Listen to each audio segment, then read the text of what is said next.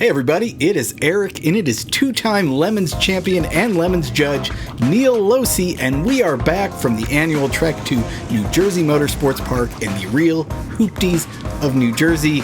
It was a doozy. On the Lemons calendar, the beautiful surroundings of South Jersey are tough to beat, and we had the biggest race at New Jersey in a decade, so we were expecting, shall we say, a hectic event. Things didn't start out great. Somebody scraped the safety truck in the paddock. Not a good way to start a weekend, but we only could go up from there, right? Things turned out to be great? Well, it was pretty good for New Jersey, at least. Our judges, Bob, Corey, Janice, Randy, and Neil, had decided that before the race, curbing the aggression would be best dealt with on the East Coast by forcing miscreants to learn how to be Midwestern. First, we had the Midwest Presbyterian Church parking lot penalty, where you had to ID the GM SUV. Not as easy as you think. We also had the Rude Family Games penalty, where teams had to learn how to play euchre, which is the pastime of the Rude family, and nobody east of Pittsburgh actually knows the rules. We had the Good Neighbor penalty, where somebody had to fix Judge Randy's string trimmer. And we had the Midwestern Literature penalty, where a driver had to read a passage from David Giffel's book about Akron. There really was no other way to deal with the situation than to look the tall, naked black man directly in the eye. We also trotted out some of the classics. The Saran Wrap to the Roof penalty, the Bob Ross meets Frank Herbert penalty, and go to the diner and get everybody milkshakes penalty. We wanted to single out a team that really panders to judges well, talking about Slippery Slope, this BMW team who wore snowboarding attire on an 85-degree day, but more importantly, they brought us a custom puzzle of their car, which we turned into a penalty, of course. But that's probably enough about our own shenanigans and the judges. The teams really brought the theme super hard, so let us start with the Knighted Angels, who did a Dune theme. Just look at this. There was riding the sandworm, there's sand walking so the sandworms don't get you. That was all epic. These guys had no theme like 2 years ago, and they've gone from that to this. That's awesome. Zero Energy Racing brought us an incredible Mad Max Fury Road Furiosa theme with amazing costumes. War Boys, Furiosa with war paint, and even a prosthetic hand that team captain Jeff had also made. The dog with Dinky D can around his collar, and of course, Max. The car overheated and generally ran like used Dinky D, but it was amazing. It was Chrissy from Three Pedal Mafia's 40th birthday, so along with the Garage Heroes in Training, they had a two-car theme celebrating the year of 1984 when Chrissy was born. 6 cars, a whole potluck, and, it turns out they may have had some slight miscommunication about the intent of the theme. we said 1984. What are you doing? Jump! 1984. We did a 1984 theme. What are you guys doing? 1984! 1984! It's kind of great when your team's well of themes is so deep that there are multiple intra-team interpretations of it. Got to appreciate that. Also, Chrissy, in her 1984 attire, doled out a period-correct jazzercise penalty to the Mean and Mechanics guys. Props to team captain Dick Wood for hanging on to his sandwich during the jazzercise. We also had a great one from Valve Tap Racing and their double Cordobas. The double had a Sopranos theme, which was really well done. They had a great bribe in the trunk of the bad Doba. They had a running bet with their neighbor's VW Golf. It turned a bit ugly at one point. Oh, that's what this is. What is it? That's a safety hazard. That ain't safe. What the hell is that? That's a hazard. Hopes and Dreams Racing always bring a pretty good theme. This time it was Christmas in June. They had the whole costumes, they had elves, they had Santa, they had a naughty list. They were blasting Christmas music the entire weekend next to the penalty box, which wasn't at all annoying. However, the interesting part of the weekend for them was their second Subaru, which failed to make it to Pittsburgh, showed up with all of the wiring in a box. They didn't turn any laps, did they? It never happened. Silent but Deadly was there, and they had a theme that came from a penalty they got from Judge Phil at CMP. Dick Lasers Pick Your Pool. You can come on down, you can yank it by yourself, you can yank it with a buddy. Rookies White Powder Racing were there with the car that was covered in white powder that they were sniffing up their nose. Cocaine? Organic barley flour. Team Barking Spider had multiple Spider-Men and multiple mechanical failures. Toyota were there with their Mandalorian theme. And the Charm City Racers had a Baltimore theme, complete with their own custom baseball jerseys. Hella sweet. We had several animal-themed cars, always a good route to go. The Baltimoreans brought 2 animal-themed cars, first of which was Speedy Cop's old Honda Civic that is now the Bear Patrol car. They bribed us with tiger repellent, as you do. It's just a stupid rock. But I don't see any tigers around here, do you? Their second car was their long-suffering BMW, which they'd converted into a Penguins Eat More Seal theme. That was awesome. And a roof-mounted penguin? It looks kind of fantastic. More roof-mounted things, people. More roof-mounted things. The Silver Errors Mercedes was back. We've said frequently in the past that silver's not a theme, which is true, but they took all those silver arrows all over the Mercedes and bedazzled them, and they stayed in their silver garb all weekend long, even while they were working on the car. The BS inspection turned into a bit of a fashion shoot, as is wont to happen in the presence of bedazzling. We had a group of rookies show up with the first of the late 2000s Ford Tauruses in Lemons, and if you've ever wondered how big cars got by this point, this thing is huge, like the size of a... We had a really cool team at this race, the Yeti team from the Green Beret Project. It's a really cool charity team. They spent months leading up to the race preparing this old 944 with a group of at-risk young people from Dover, Delaware. The team all had to show up to work days on the car. They worked together as a team, and then many of them got to race the car. It's a really cool project, and they had a Yeti theme because they raffled off a Yeti cooler at the end of the weekend. The New Jersey race is always home to some overachievers. Worth pointing them out, like the 4.0 Jeep Cherokee that finished in the top 10. And then there's the Murder Hornet, AMC Hornet, that's expected to be the first AMC overall win someday. What happened to them? A fancy modern suspension part broke. We always love to point out Scope Creep Racing and their Dodge Omni and Dodge Aspen, both with Ecotech swaps. The Aspen is turbocharged and it spits flames out. That car was in the mix for the overall win, but it finally crapped out halfway through Sunday. But the Omni finished 7th overall and 2nd in Class B and has this awesome vaporwave kind of paint scheme on it. Look at this thing. The Tom Tully Buick was back, which is a 1937 Buick. It's back with their Cadillac 500. The Nova subframe stopped subframing at some point, and it's been some time off of the track. But, unsurprisingly, multiple-time race winner Amanda Tully has made her dad's old pre-war hot rod into a shockingly capable road race car. It's been a while since we've talked at length about the Lemontarian's Cadillac, which is now, we think, vying for the dumbest car in Lemons. Now, what does that mean? Every year it turns up with a different engine build. This year, they took an LS-based 408 cubic inch engine and slapped a Pro Charger on it. Now, I've literally never seen a Pro Charger not on a drag strip. Running in a road racing car is certainly a choice. Is it a $500 car? At this point, no. Does anybody get angry about it? Also no. Why? 2 reasons. As we said, it's the dumbest car ever. They don't really need to do the Trailer Park Boys theme that they're doing, but it does fit the motif. And more importantly, their New Jersey performance was typical of the Lemontarians. First, they forgot the tech sticker on the car. Then they forgot to plug in the mass airflow sensor so it was running like dog do.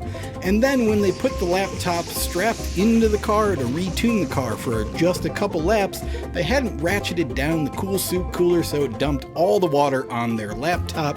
The Simca got another shot at NJMP. The team had redesigned the car a little bit with a front-mounted radiator to get more air than, when it was inside the engine bay with no air directed through it. They still struggled with overheating for much of the weekend, but they got it to work right Saturday afternoon and intermittently through Sunday. It ran more than it ever has and even finished, though came up slightly short of winning an IOE. Here are your class winners. A couple class winners worth mentioning. Your Class C winner, Brooklyn Bomb Squad, took 14 years to win Class C and did it on their 5th car. They started with the Geostorm. I don't know why they didn't just stick with the Geostorm, but congratulations. And your Class B winner, the Slow and Mellow Integra, they went from a real racing car to RC from Toy Story. Coincidence? I think not. Event manager Kim had a couple of sweet trophies made up. One of them was hella sweet, one of them was butt terrible. We decided to give the hella sweet trophy out to Interceptor Motorsports and their Ford Mustang Fastback. $500 my ass. Now, this was underneath all of the bodywork, an S197 Mustang from the mid-2000s. It turns out the floor pans are basically the same for about, 45 years. So Team Captain Pat decided why not just hang classic Mustang parts on a newer car. The Dick Laser guys had this crusty 69 Fastback sitting around. They gave it to Pat.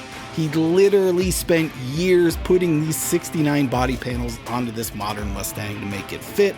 And as long as he was doing it, he decided, well, I should just put a 32 valve V8 out of a Lincoln Navigator in it while I'm at it.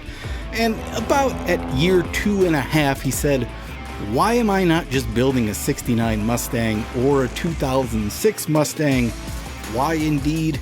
Because it's lemons. It's a wild build. It's hella sweet. And on the other side of things, but terrible, the Cannibal Cafe CRX had all kinds of problems for the weekend. First, they had to do a brake upgrade. They did it at the track. They threw the old parts into the track dumpster. When they realized that the upgrade didn't work, they had to get the old parts back out of the track dumpster. You would think that was but terrible enough, but they also forgot to put their hood pins in. Smashed windshield. Is that it? No. With the checkered flag in sight, they hit the wall. Heroic Fix went to the Neighborinos in their Scion TC, and we mentioned this team in the Pittsburgh wrap-up as a team who obviously has a huge list of themes, so they busted out another local one. They had done Sheets vs. Wawa in the past. This time it was Pork Roll versus Taylor Ham. These guys unfortunately parked their Scion in the wall on Saturday. They then had to spend most of the day pulling it straight with their pickup truck and then hammering the pieces back to kind of together, and then they welded it all back into one piece-ish. That was hella sweet and very well done, and enjoy your pork roll and or Taylor Ham, everybody. Next up, I Got Screwed. This is Horsing Around. It's a team of rookies. They brought a Mustang that failed tech. They got the cage wrong. They worked with John Pagel to redesign for the weekend to pass. They spent all of Friday welding in the fix until they ran out of welding wire at 4 in the morning. They finished it Saturday morning, passed tech for the weekend. Then the exhaust fell off, repeatedly, after about 3 laps at a time. So they kept fixing it probably 4 or 5 times. They finally fixed it well enough to discover a massive crack in the gas tank. That parked them permanently. All that thrashing was for naught. They got screwed. Our special trophy was the good purchase decision, which we gave to 8 Hicks and their Chevy Malibus. We've seen them for a few years with one Malibu, so they decided to double down with a 2-car team and presentation. One of them was the 1997 Motor Trend Car of the Year, and the other one was the 1997 Moron Trend Car of Forever. Naturally, when you bring 2 examples of the beigest car of all time, we need to reward you with a trophy befitting that. In this case, the Good Purchase Decision Trophy, which is pulled, and I kid you not, from Malibu's assistant brand manager. We were told from the focus group that they wanted a longer lasting, more enduring design with an import flavor. It can't be embarrassing. It has to be a good purchase decision. You make her sound like a lemon. All that said, is there anything better than dueling GM sounds of power?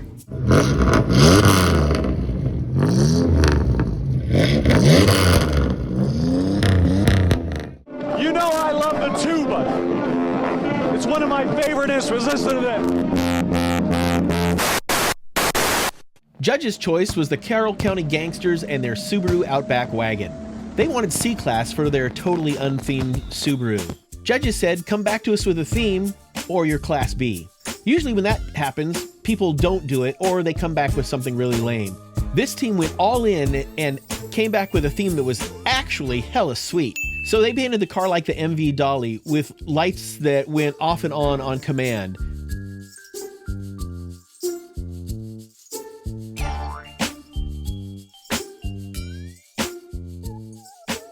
They also built a replica of the Key Bridge, then spent the weekend periodically driving into the bridge replica. Deeply offensive and impressively pulled off overnight, we have to say. The judges appreciated the go big or go home attitude. Judge's choice. Organizers' choice went to Italian Job Racing and their Mini Cooper. This was a South Philly Italian-themed Mini Cooper. Incredible. Now, they had 1 million people on the team in costume, including ankle monitors. They were shouting, they were making Italian gestures, they were trying to feed everybody constantly, and just generally being awesome and loud. They crashed the potluck with their own table full of Italian food. Oh, and it was their first race. What's with you and the camera all the time? Always with the camera. What are you trying to do here? There's people trying to eat. Can't we eat in private? You got no respect. Halloween Meets Gasoline, in a very competitive field of themes, was the Wrong Way Miata. I met them last year at NJMP, and they asked me what they could do better while they were serving a penalty. That penalty was me having them write the Bart Simpson penalty of next year I'll bring a theme, and I told them they should theme and theme hard. With that, they turned to Eric. That's right, they asked me what kind of theme they should do, and me, being a huge nerd, I love the obscure American history / comedy podcast, The Dollop. So I said, go find a Dollop episode that makes you laugh and make a theme of it. And boy, did they ever. They listened to the episode about the Hippo bill, the short version being, in the 19-teens, Congress had an actual bill to import African animals, including hippos, to be domesticated to eat. So they went whole hog or whole hippo into the theme. They turned their Miata into Henrietta the Hippo. They had hippo-themed food and drinks. Pro tip, by the way, the TSA does not find it funny when you accidentally leave in your baggage a bottle labeled drinkable hippo piss. They were dressed as cows with Eat More Hippo signs. The theme evolved all weekend with flyers urging people to tell their congressional reps to vote for the Hippo bill. Henrietta's pond on Sunday was dyed red with blood because it turns out hippos kill people. Slight flaw in the bill there, but considered in its entirety, this is one of the greatest themes I think we've ever seen, and the team said it was the best race weekend they've ever had because they were having so much fun. That is how you win the Halloween Meets Gasoline for the best theme. And that brings us to Index of Affluency, the award for the car that did the most with the least. And for this race, it was the Glue Sticks Jaguar X-Type. First of all, their Dale Strimple theme is the envy of everyone because you all could have come up with this theme years ago.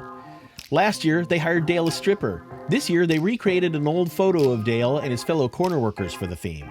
And what's a Jaguar X-Type? Well, it's a Ford Contour with the additional complexities of English build quality and all-wheel drive system. This team has always been plagued with nickel and dime failures, to the point the car hasn't finished a race in ages. Finally finished a race, and they did it in 40th place. It's the best finish ever for the car, and they beat over 100 cars with a Ford Jaguar product. That's an IOE. And this is Lemons in a Nutshell.